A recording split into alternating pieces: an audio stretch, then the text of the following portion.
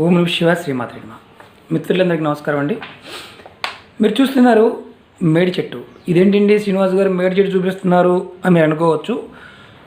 మన మిత్రులు చాలామంది అడిగింది ఏంటంటే, మీరు మేడి చెట్టు గురించి చాలా చెప్పారండి, మాకు కొన్ని సమస్యలు ఉన్నాయి, సమస్యలు బాగుంటాయి, వీలో ఇంట్లో మొక్క పెంచుకోవడం వల్ల మనకి సమస్యల నుంచి బయటపడగలమా? ఆ సమస్యలు ఏంటో కూడా మీకు చెప్తాను. ఒక సమస్య, మేము నిత్యం దైవారాధన చేద్దాం అనుకుంటున్నాము, దైవారాధన చేయలేకపోతున్నాం. ఏదైనా మంత్రాన్ని లేదైనా శ్లోకాన్ని పూజా మందిరంలో కూర్చొని చదువుతూ ఉంటే పిచ్చి పిచ్చి ఆలోచనలు వస్తున్నాయి. అలాంటి ఆలోచనలు రాకుండా ఉండడానికి ఏమైనా మార్గం ఉందా? అలాగే మా పిల్లలు విద్య బాగుంటే వీళ్ళు, చదువు బాగుంటే వీళ్ళు మా మాట వినటం లేదు, మమ్మల్ని ప్రతిదానికి మమ్మల్ని వ్యతిరేకిస్తున్నారు, దానికి ఏమైనా మార్గం ఉందా? మూడవది, మాకు ఏ పనిలో చేపట్టినా ఆ పని పూర్తి అవ్వకపోగా డబ్బులు లాస్ అవుతున్నాయి. ఆర్థికంగా మేము ఎవరికైనా డబ్బులు ఇచ్చినా కానీ మాకు వెనక్కి తిరిగి రావడం లేదు. ఇలాంటి క్వశ్చన్లు వేశారు. డబ్బులు ఖర్చు కాకుండా ఏదైనా తంత్రం ఉందని అడిగారు. మిత్రులందరికీ వినపం ఏంటంటే, ఈ వీడియో కాస్త లెంతీగా ఉంటుంది. ఎందుకంటే ఇది మేడి చెట్టు, ఔదుంబర్ అంటారు, ఇది అత్తి కూడా అంటారు. దీని గురించి కొన్ని పురాణాల్లో ఏముందో కూడా ఎక్స్ప్లెయిన్ చేయాలి కాబట్టి కొంత టైం పడుతుంది. మీకు ఈ వీడియో నచ్చినట్లయితే ముందే లైక్ చేయండి, సబ్స్క్రైబ్ చేయండి నా ఛానల్ని, అలాగే గంట సింబల్ని యాక్టివేట్ చేసుకోండి, 10 మందికి షేర్ చేయండి. ఇది మన పూర్వీకులు, మన ఋషులు మనకి సనాతన ధర్మంలో మొక్కలు అన్నీ కూడా దైవశక్తులు కలిగి ఉన్నాయని చెప్పడం జరిగింది. ఆ పరంపరలో ఈ మేడి చెట్టు గురించి చాలా అద్భుతంగా చెప్పారు. నేను వీడియోలు కూడా చేశానండి, దీని గురించి చాలా వీడియోలు చేశాను. కానీ ఇన్నిటికి సమాధానం చెప్పగలిగే శక్తి సామర్థ్యాలు ఉన్న, డబ్బులు ఖర్చు కాకుండా ఉన్న ఒక అద్భుతమైన శక్తి కలిగిన చెట్టు. దీని గురించి మీకు చూపిస్తాను. ఎందుకంటే ఏం చేయాలి, ఏ నక్షత్రం, అటు తాంత్రికంగాను ఇటు ఉపయోగాలు, ఆయుర్వేదంలో కూడా ఈ చెట్టు గురించి చాలా అద్భుతంగా చేయడం జరిగింది. ఎన్నో రకాల సమస్యలకి ఈ చెట్టు కాయలు, బెరడు, ఆకు, చివరికి వేరు నుంచి తీసిన రసం కూడా ఉంటుంది, కలులాగా తీస్తారు, అది కూడా శారీరకమైన మానసికమైన రోగాలకి మందు. ఈ చెట్టులో సాక్షాత్తు దత్తాత్రేయుడు ఉంటాడు. ఈ చెట్టు గురించి మీకు నేను ఇప్పుడు టూకీగా చెప్తాను. ఈ చెట్టు మామూలుగా మనం మేడి అంటుంటాము. ఇందుట్లో 2 రకాలు ఉంటాయి, బ్రహ్మ మేడి, అత్రి మేడి అంటుంటారు. ఇందుట్లో ఇది అంజీరా పండు ఎలా ఉంటుంది, అంజీరా కూడా మేడి జాతికి సంబంధించింది. అది మనం డ్రై ఫ్రూట్లో వాడుతూ ఉంటాము. ఎన్నో రోగాలు వస్తాయి. ఆ రోగాల నుంచి బయటపడటానికి మేడిపండు సీజన్లో ఒకటి తీసుకున్నా చాలు. అలాగే మనం ఇప్పుడు ఈ చెట్టు గురించి తెలుసుకుందాం. దీన్ని ఉదంబర్ అంటారు, మేడి అంటారు, అత్తి అని కూడా అంటారు. ఇది భారతదేశంలో అన్ని ప్రాంతాల్లో కనిపిస్తుందండి. దీంతో ఏంటంటే ఈ మేడికాయలు, అత్తి నీరుని కూడా అమ్ముతారు కొన్ని ప్రాంతాల్లో, కేరళ ప్రాంతంలో కొన్ని ప్రాంతాల్లో అమ్ముతారు. అత్తిపాలు, ఆకులు, పెరడు అన్నీ కూడా ఉపయోగిస్తారు. యజ్ఞయాగాదుల్లో ఈ చెట్టుకి ప్రాముఖ్యత, చాలా మంచి ప్రాముఖ్యత ఉందండి. దేవాలయాల మరమ్మతులప్పుడు అంటే సంప్రోక్షణ చేస్తుంటే వింటూ ఉంటాం, సంప్రోక్షణ చేస్తున్నారని. అప్పుడు ఈ చెట్టు బెరడుతో, అంటే ఈ మానుతో ఏం చేస్తారంటే బొమ్మలు తయారు చేసి దేవతా విగ్రహాలు చేసి పెడుతుంటారు. మీకు ఉదాహరణ చెప్తాను. అత్తి వరదరాజ స్వామి అని మనం తమిళనాడులో 60 సంవత్సరాల కోసం దర్శనం జరుగుతున్న విగ్రహం ఉంది కదా, ఆ విగ్రహాన్ని మామూలుగా అసలు విగ్రహం ఎప్పుడూ కూడా నీళ్ళలో ఉంటుంది. 60 సంవత్సరాలకు ఒకసారి తీసి చూపిస్తారు. మిగతా టైంలో మనం చూసే విగ్రహాన్ని అత్తి వరదరాజ స్వామి అంటారు. మేడి చెక్కతో చేసిన స్వామిని చూపిస్తూ ఉంటారు. అంత శక్తివంతమైన చెట్టు. ఈ చెట్టులో సాక్షాత్తు ఆ దత్తాత్రేయ స్వామి ఉంటారు.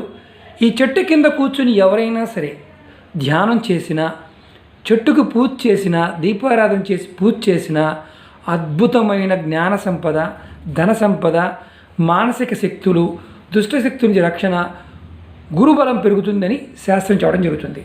ఈ చెట్టు ఎందుకు పెంచుకోవాలి అని మిత్రులు అడిగారు. ఇంట్లో కుండీలో పెంచుకోవచ్చు, నేను చాలా పెంచుతూ ఉంటాను, మీకు చూపిస్తున్నాను అనమాట. అలాగే ఇది యజ్ఞయాగాదులు బాగుంటావిలో వాడే యజ్ఞాల్లో మనకి చూస్తుంటాం ఏంటంటే ఆ గరిటెల్లాగా ఉంటాయి. అవి మామూలుగా దాంట్లో మనకి ఇచ్చేస్తూ ఉంటారు కదా, ఆవు నెయ్యి వేస్తూ ఉంటారు. అవి ఎలా ఏంటి అనేది కూడా చెప్తాను మీకు నేను. యజ్ఞయాగాదుల్లో కొమ్మలు కొయ్యలు ఎపములు అంటే యజ్ఞ పశువుని కట్టే స్తంభం కుర్చీలు కొయ్య గరిటెలు ఇవన్నీ కూడా అత్తి అంటే ఈ చెట్టు మేడి చెట్టుతో చేస్తారు. యాక్చువల్గా మేడి చెట్టు వీరత్వానికి బలానికి చిహ్నంగా శాస్త్రం చేయడం జరిగింది. ఒకసారి ఏం జరిగిందంటే ఇందులో మీకు వేదంలో ఉన్న చిన్న కథ ఒకటి చెప్తాను మీకు. ఈ దేవతలు ఒక చోట చేరి హవ్యం అంటే దేవతలకి ఇవ్వబడి అన్నసారం పంచుకుంటూ ఉండగా కొంత భాగం నేల మీద పడి అందు నుంచి ఉద్భవించే చెట్టే ఈ చెట్టు అంటారు. దీనికి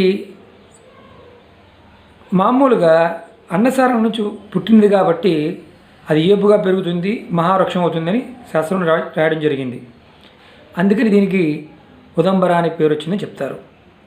అలాగే అగ్ని దానం కొరకు సేకరించి 7 వృక్షాలలో అంటే మామూలుగా మనం యజ్ఞాలు చేసేటప్పుడు 7 మంచి దేవతా వృక్షాలు ఉన్న సమితులు తీసి యజ్ఞాలు చేస్తుంటాం కదా, దాంట్లో ఒక వృక్షంగా చెప్పడం జరిగింది. ఇంకొక కథ కూడా ఉందండి. ఇది సరస్వతీదేవి దేవతల నుంచి విడిపోయి ఈ చెట్టులో దాక్కుందని, అందువల్ల ఈ యజ్ఞకాలంలో ఎవరైతే ఋతిక్కులు ఉంటారో వాళ్ళు ఘంటాపథంగా మంత్రాన్ని ఉచ్చరించగలుగుతారని, వాగ్దాటి బ్రహ్మాండంగా ఉంటుందని చెప్పడం జరుగుతుంది. అలాగే అగ్నిని శాంతిపరిచే గుణం కూడా ఈ చెట్టుకు ఉందని శాస్త్రం చెప్పడం జరిగింది. ఇంకోటి ఏంటంటే మామూలుగా మనం శవదహనం అయిపోయిన తర్వాత అస్థికులు ఏరడానికి ముందు ఏం చేస్తారంటే నీళ్ళతోనూ పాలతోనూ అస్థికుల మీద జల్లుతారు, తర్వాత ఈ కర్రతో అస్థికులు వేరుతారు. అలాగే పితృవేదంలో కూడా శవాన్ని పోర్చడానికి అత్తి బలను వాడతారని యజుర్వేదంలో దీని ఉపయోగాలు అనల్పంగా చెప్పడం జరిగింది యజుర్వేదంలో. అంటే మన పురాణాల్లో ఈ దేవతా వృక్షాల గురించి అద్భుతంగా చెప్పడం జరిగింది. ఈ స్టోరీ ఎందుకు చెప్తున్నానంటే మీకు ఈ చెట్టు విలువ తెలియాలి అనుకున్నప్పుడు చెట్టు గురించి తెలుసుకోవాలి. దీని గురించి ఎక్కడ రాశారు చాలామంది మిత్రులు అడిగారు, విధానం కూడా చెప్పండి అని చెప్తాను. ఇది ఎవరైనా పెంచుకోవచ్చా ఇంట్లో అంటే ఎవరైనా పెంచుకోవచ్చు. స్త్రీ తేవాలా పురుషుడు తేవాలా అంటే ఎవరైనా తీసుకురావచ్చు. ఇంట్లో ఈ మొక్క పెంచుకోవడం వల్ల ఈ చెట్టుకి దీప నైవేద్యాలు సమర్పించడం వల్ల మనకి సమస్యల నుంచి బయటపడడానికి మార్గం ఆ దత్తాత్రేయుడు, సాక్షాత్తు ఆ దత్తాత్రేయుడు మనకు చూపిస్తాడని శాస్త్రం చెప్తుంది. అలాగే మీరు ఒకటి గుర్తుంచుకోండి, ఈ చెట్టును ఆరాధించడం వల్ల దత్తాత్రేయుడిని ఆరాధించినట్టే. మంత్రం నేర్చుకోవాలన్నా పూజ ఫలించాలన్నా మనకి ఖచ్చితంగా దత్తాత్రేయుడి యొక్క అనుగ్రహం ఉండాలి. వాక్కు రావాలన్నా దత్తాత్రేయుడి యొక్క అనుగ్రహం ఉండాలి. ఈ చెట్టు కింద కూర్చుని పూజ చేయడం వల్ల సమస్త కోరికలు నెరవేరుతాయని శాస్త్రం చెప్పడం జరిగింది. ఆయుర్వేదంలో ఈ చెట్టుని చాలా అంటే చెప్పాలంటే దగ్గర 2 గంటల సేపు చెప్పచ్చు, అన్ని ఉపయోగాలు ఉన్నాయి. అంజీరని ఎలాగైతే వాడుకుంటామో ఈ చెట్టు కాయని మనం పండిన కాయని రోజుకొకటి తింటే ఎన్నో రోగాలకి చివరికి మధుమేహానికి కూడా ముందుగా ఉపయోగపడుతుందని చెప్తుంది. అలాగే ఈ కాయలో విత్తనాలని పొడి మామూలుగా చాలా చిన్నగా ఉంటాయి, మంచిగా పొడి చేసుకొని తేనెతో కలిపి తీసుకుంటే మధుమేహ వ్యాధి కూడా నివారణ జరుగుతుందని చూడడం జరిగింది. ఈ బెరడు ఉంది కదా, చెట్టు బెరడు ఉంటుంది, ఆ బెరడుని ఇప్పుడు మామూలుగా లేత చెట్టు పెద్ద చెట్టుకి బెరడు ఉంటుంది కదా, పుల్ల మీద పూతగా వాడితే ఆ పుల్లు తగ్గి ఏదైనా విషం లాంటిది ఉన్నా కానీ హరించబడుతుందని రాయడం జరిగింది. ఇది చాలా అద్భుతమైన దేవతా శక్తి కలిగిన వృక్షం.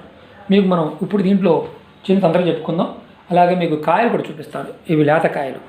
నేను అంటే పెద్ద చెట్టు మీకు చూపించడానికి వీడియో చేయడానికి ఇబ్బందిగా ఉంటుందని నా దగ్గర ఉన్న చెట్టు చూపిస్తున్నాను. మిత్రులు అడిగారు. నార్త్ ఇండియాలో ఈ పచ్చికాయలు చిన్న కాయలతో కూర కూడా చేస్తారు. అద్భుతమైన ఆరోగ్య సమస్యల నుంచి బయటపడడానికి ఈ చెట్టు కాయలు ఉపయోగపడతాయి.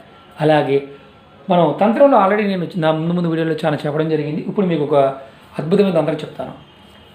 రవి పుష్యమి నక్షత్రం రోజున ఈ మేడి చెట్టు యొక్క వేరు, ఇది కూడా నేను పెద్ద వేరు అంతకుముందు సంగ్రహించి చూపిస్తున్నాను మీకు. నేను ఎందుకు చూపిస్తున్నానంటే ఇక్కడ కట్ చేసాను చూడండి, తావిజులో పెట్టడానికి కట్ చేయడం జరిగింది. ఇది పెద్ద వేరు.